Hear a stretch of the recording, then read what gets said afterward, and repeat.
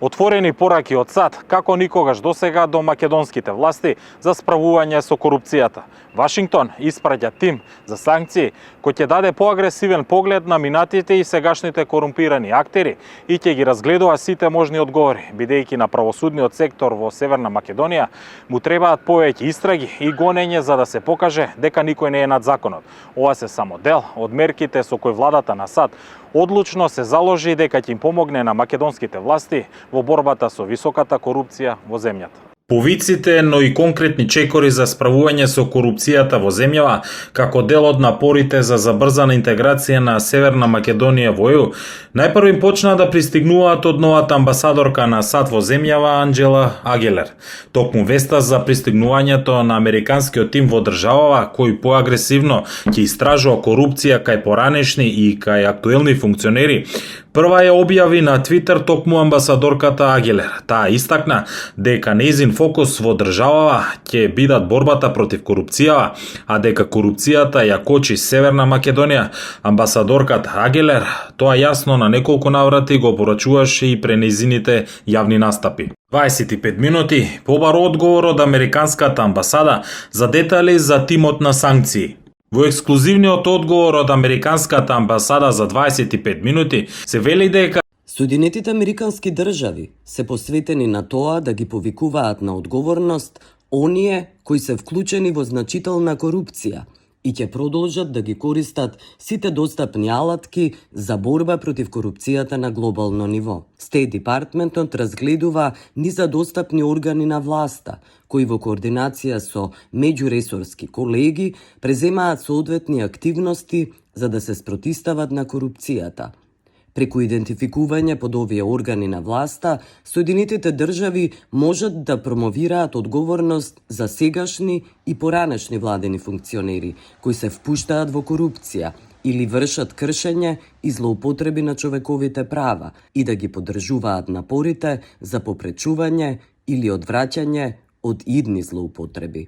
Кој е ставот на председателот Стево Пендаровски за американскиот тим и идејата на ветинг? За 25 минути тој вели дека го поздравува овој чин на САД со кој се нуди помош на Македонија во справувањето со коруптивноста. Председателот Пендаровски ја поддржува секоја иницијатива која што ќе помогне во борбата против корупција, но смета дека борбата против корупцијата е обврска на нашите домашни институции. Во однос на идејата за ветинг, председателот Пендаровски го поддржува како процес за сите актуелни функционери и при тоа смета дека ангажманот на меѓународните експерти е добро дојден, но главна задача ќе треба да ја завршат нашите домашни институции, информираат од кабинетот на председателот. Одговорите и од американската амбасада и од председателот беа експресно добиени. Одговор за резултатите кои ги очекуваат од американскиот тим за борба против корупцијата не добивме од кабинетот на премиерот Димитар Ковачевски и од кабинетот на вице-премиерката за добро владење Славица Грковска. Бранот укажувања за состојбите со корупцијата во земјава и необходноста од итни мерки за справување со неа, кои доаѓаат од највисоките дипломатски представници на главните партнерски земји на Македонија, го засили и евроамбасадорот Дейвид Гир, но и амбасадорот на Велика Британија во земјава Метју Лосон. Двајцата амбасадори порачаа дека треба да се откриваат повеќе случаи на висока корупција во земјата. Пораките кои што странските амбасадори во земјава ги упатија деновиве најавуваат жешка пролет и повисоко ниво за бескомпромисна борба против корупцијата, вели Сладјана Тасева. И денеска Државната комисија за спречување на корупцијата доставува случај. Доставувавме убави анализи. Да го спомнеме само случајот Скопје 2014 кој што во 2012 година е доставен за јавното обвинителство, а сите сме согласни дека тоа е случај на висока корупција, каде што станува збор за потрошени преку 680 милиони евра за целата таа ситуација и тоа може многу лесно да се расчлени по позиции за да може да се утврди кој во што учествувал и каде се направени действијата за кои вреди да се водат истраги. Значи, да не ги редиме понатаму случаите, дели од оние што беа опатени во специјалното јавно обвинителство, но има и многу други случаи кои што и не биле предмет на специјалното јавно обвинителство.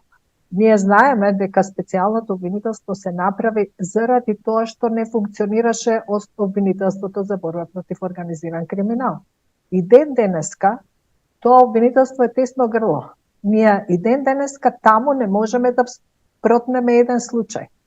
Кога правевме анализа на поднесени пријави од МВР до обвинителството, од 330 само 50 најдовме во судовите. Сите други беа заглавени во јавното обвинителство. Сладјана Тасева прецизно ги посочува недостатоците во борбата против корупцијата. Јас би го прашала премиерот, јас самата имам неколку случаи за кои што се сомнувам дека се тргувало со влијание или станува збор за корупција во судството и корупција во јавното обвинителство. Еве доколку да ги достава. А што значи тоа граѓаните да пријават? Сето дека не седне владата и државата да смисли како тоа ќе се работи. Кој ќе ги преиспитува случаите? Еве, тогаш ќе сватам јас како граѓанин дека можам навистина да доставам таков случај за кој се сомневам навистина дека станува збор за корупција. Досега тие случаи не можеше никаде да се решат. Судски совет вика имате повисоки судски инстанции кои што треба да одговорат. Ако тие не одговориле, тогаш немам јас со тоа што да се занимавам. Значи, нека определат кој со тоа ќе се занимава. Ако треба ветинг, и се залагам за тоа, на судиите да се спроведе. Слично како и Тасева, и Гоце Коцевски од Сдруженијето на млади правници вели дека во распленетите пипки на корупцијата тешко може да се фатат во општеството. Корупцијата во државата постои на сите нивоа. Меѓутоа, она кое што особено најважно и она кое што најмногу ги засега граѓаните е корупцијата на високо ниво.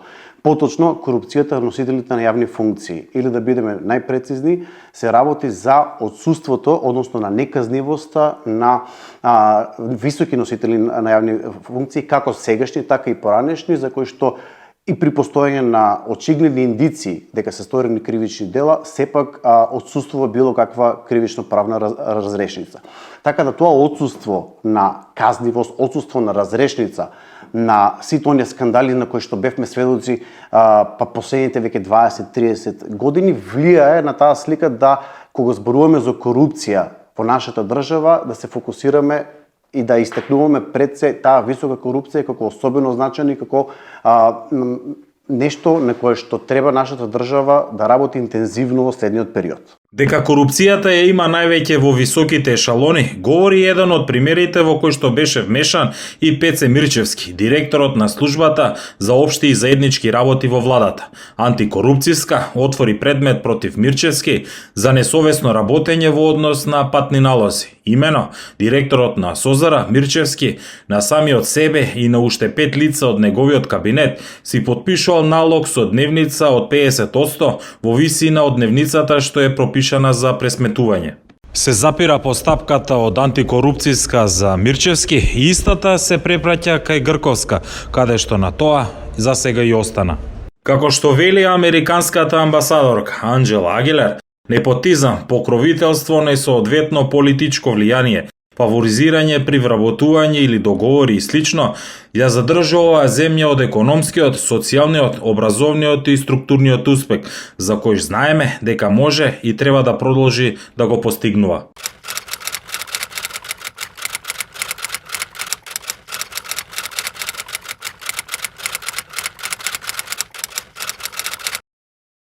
Господине Георгиев, доаѓа американски тим за санкции. Цитирам твитот на американската амбасадорка Агелер, тој тим ќе даде поагресивен поглед на минатите и сегашните корумпирани актери, ќе ги разгледа сите можни одговори за тоа што на Македонија и требаат повеќе истраги и гонење, за да се покаже дека никој не е над законот. Запознаен ли сте со работата на овој американски тим? Не, јас исто тоа го слушнав од изјавата на американската амбасадорка во земјава. Меѓу другото, таа претходно кажа дека корупцијата се уште го кочи напредокот на земјата кон евроинтеграциите. Оваа поддршка што ја нуди американската амбасада, односно Соединетите американски држави, по мене е добре дојдена. Секогаш е потребна помош во борбата против корупцијата. Она што мене на одреден начин ми е непријатно што секогаш ние како држава дозволуваме од надвор некој да ни каже дека состојбите со корупцијата не ни се добри, дека лошо напредуваме и да чекаме сега на одреден начин поддршка еве во делот и на борбата против корупција, наместо сами да се зафатиме со домашната работа што имаме. До сега покажа оваа влада дека имаат планови и говорат постојано за планови, идни планови, програми, платформи, прават многу трибини во борба против корупција. Што видовте вистински во таа борба од македонските власти? Освен овие трибини и планови кои ги споменува. Да.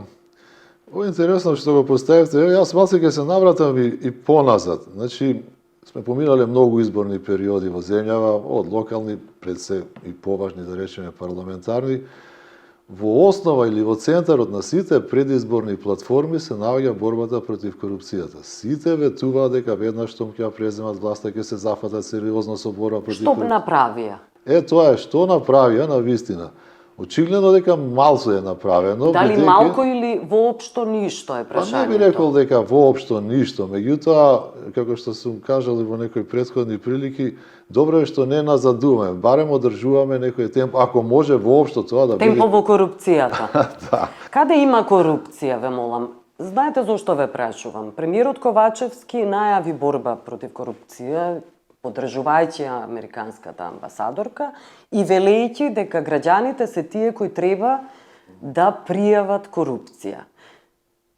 За разлика од него, американската амбасадорка пак говори за непотизам, за јавни набавки, за сите форми можни на злоупотреби и корупција. Знае ли премиерот Ковачевски точно каде е корупцијата?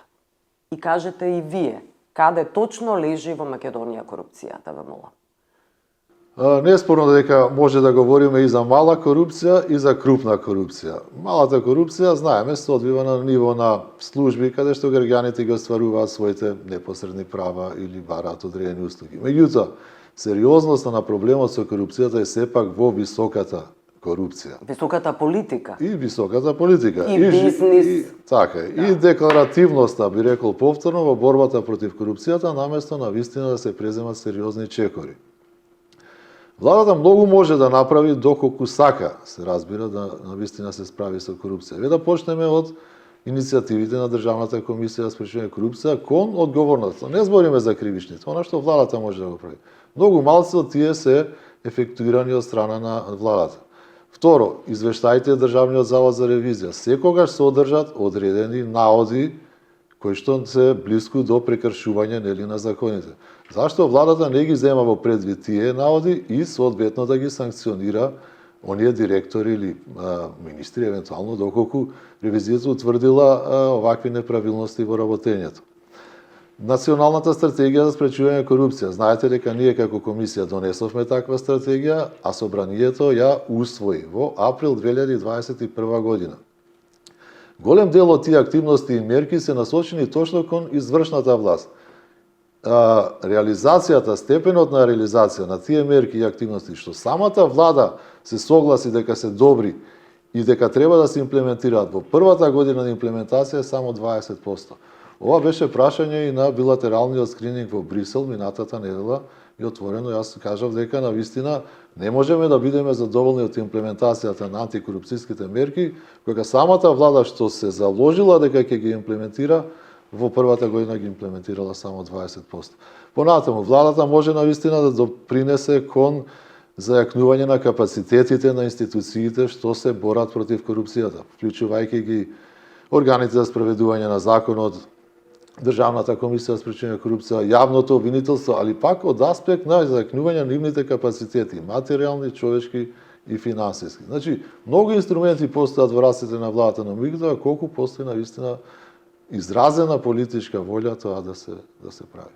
Знаете кој е одговорот постојано на владата кога им се укажуваат вакви постапки, действија, дека ништо всушност не постигнали или како велите многу малку направила власта, дека властите се одвоени, извршната и судската се одвоени, тие не може да делуваат всушност, да вршат притисок, да влијат врз правосудството генерално.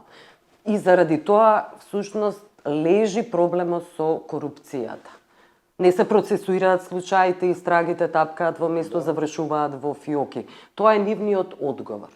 Па, јас си токму тоа кажам, значи не дека тие се вмешуваат во одлучувањето на јавното обвинителство, туку да го поддржат во аспект на неговите капацитети, затоа што очигледно дека и обвинителството нема доволни капацитети да постапува по сите предмети, или барем такво е чувството. Меѓутоа, она што го изрече, што го искажа премиерот Ковачевски, е дека владата треба во рамките на своите надлежности да овозможи независност на обвинителството и на судството. Мене сами се поставува прашање, зарем досега немаше независност судството и обвинителството, па сега премиерот вели дека во рамките сепак на владата да се овозможи таа независност. Знаете, сето тоа упатува дека таа независност очигледно и не е доволно или недоволно постои во постапувањето на судските власти. Кажете ми, дали воопшто треба да постои тогаш вице-премиер за добро владење? Зашто постои тој, што всушност работи тој кабинет? Односно Славица Грковска како вице-премиерка. Да, знаете... Ако се наталожуваат проблемите, ако се констатира од меѓународната заедница, со интерамерикански држави, веќе неколку недели, иако со децении се говори, но сега многу силни се пораките. Зошто воопшто постои таков кабинет за владење на правото? Па ја ќе одам малце уште еден чекор поназад, кога се формираше кабинетот на вице-премиерот за борба против корупција и одржливо одржливо владење. Очигледно дека се процени дека не функционира како таков. Сега е применет, сега е за добро владење, што на одреден начин упатува на потребата, предпоставам, јас сепак не можам да го дадам директниот одговор, затоа што владата знае зашто воопшто е формиран тој кабинет, упатува дека треба да се грижи за доброто владење на институцијата. Но што сработиле, ве молам? Јас колку што знам се занимаваат во основа и со делот на дигитализацијата, она што недвосмислено треба да се спроведува во земјата. Меѓутоа, дали се тие најнадлежните или беше претходно Министерството за информатичко општество и администрација? Тие тврдат дека исто така се дигитализираат. Она што исто го знаме дека USA дава голема поддршка на овој кабинет. Зашто и како, навистина јас не би можел сега да одговорам, тоа ќе треба владата. Што сте виделе од нивната работа? Што е сработено, освен планови за дигитализација и програми? Што конкретно е сработено? Ние се обративме до вице-премиерката, односно до нејзиниот кабинет, во две прилики, закона за лобирање се сеќавам, за да го треба да се изготви еден подзаконски акт, што сите институции кај што се лобира треба да го достават нас и преку незе да се тој дисеминира и до другите институции, тоа беше прифатено. Второ, се обраќаме до незе кога има прекршување по наши наводи на кодексот на избраните именува. За кого до сега сте испратиле? Па знаете, оној предметот што и не беше наш баш директен за министерот за правда. Тупанчевски. Да, потоа имаме испратено за директорот на службата за општи заеднички работи. Мислам дека сме испратили и за... Мислите на директорот на службата Пеца Мирчевски? Да. Што точно имаше сторено Пеца Мирчевски? Директорот на службите заеднички на владата. Па по она што ние го побаравме да ни биде доставено, бидејќи беше тоа по анонимна пријава, ни беа доставени патните налози на лицата што патувале и забележавме дека за 5 лица од неговиот кабинет ги имаше подпишано од патните налози директорот со дневници од 20%, бидејќи све друго им беше платено, а за себе самиот го имаше подпишано патниот налог со дневници во висина од 50% на дневницата што е за пресметување. Едноставно ние сметаме дека за себе директорот не може да подпишува, има и заменик директор, но и самата висина на дневници беше спорна и затоа ова го доставивме до вице-премиерката за добро владење. Беше санкциониран Пеца Мирчевски? Па она што ни беше одговорено од кабинетот на вице-премиерката е дека бил повенкан, му биле укажани прекршувањата и по кодексот и на тоа се запре целата постапка.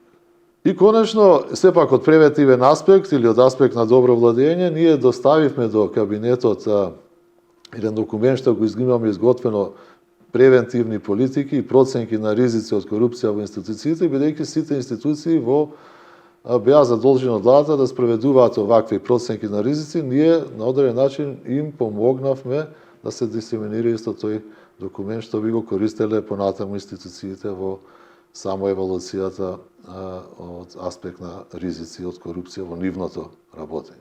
Така да на одреден начин имаме ние конекции, меѓутоа сепак што точно и како постигнува, тоа не треба не се да прашат.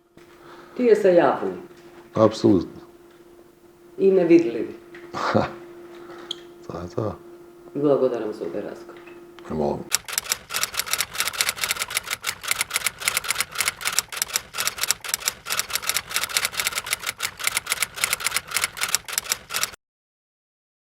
Vi imate primjer u Sloveniji kad je bio na vlasti Janez Janša, ne ovaj sad zadnji put, nego u periodu kad je bio drugi put predsjednik vlade.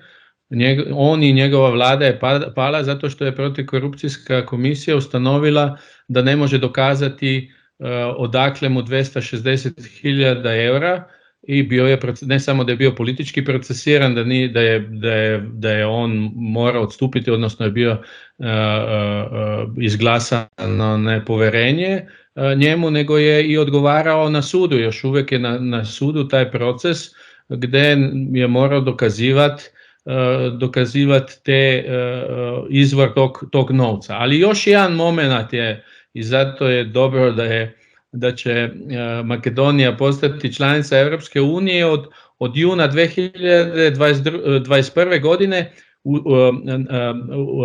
ustanovljeno je Ured Europskog javnog tužiteljstva, koji je nezavisno tijelo Europske unije, nadležno za istragu i kazneni pregon i progon kaznenih djela protiv financijskih interesa Europske unije i članica, koji između ostalog uključuje i prevaru, i korupciju, i pranje novca, i prekogranične prevare na području poreza. To morate znati da samo od 2018. godine po podacima Europske unija je izgubila 140 milijardi eura zbog poreza, odnosno iz naslova poreza, jer su porez kanalizirali preko nekih Kajmanskih otoka i tako dalje. I na primjer 2015. godine 638 milijuna eura je bilo nepravilno potrošenih iz strukturnih sredstava Europske unije. Tako da kad me pitate koje sve institucije kako rade, pored policije koja mora to, pored protikorupcijske komisije i tužiteljstvo tako u Sloveniji kao u Europskoj uniji, i to u Europskoj uniji se je pokazalo kao vrlo precizno. Ako pogledate Hrvatsku, neki od ministara hrvatske vlade su baš kroz progon kaznenih djela ovoga ureda Europskog javnog tužiteljstva sada na sudu. Da, uvijek je poreklo imovina mora biti dokazano. Moraš imat ne samo račune, nego moraš imati neku bazu novca. Ne možeš biti danas neko ko ima 5.000 eura na banci, nema ništa, sutra ima luksuzni auto i baš je na toj tački. Na primjer je predsjednik vlade, tada predsjednik vlade Janez Janša bio uhvaćen da nije mogao pojasniti izvor 260.000 eura koji je imao i koji nije mogao kroz normalni proces zarade i svega toga zaraditi. Zbog toga je bila odmah politička konsekvencija bila odmah, znači odmah je pala vlada i on i počeo se proces unutar tužiteljstva i onda na sudu.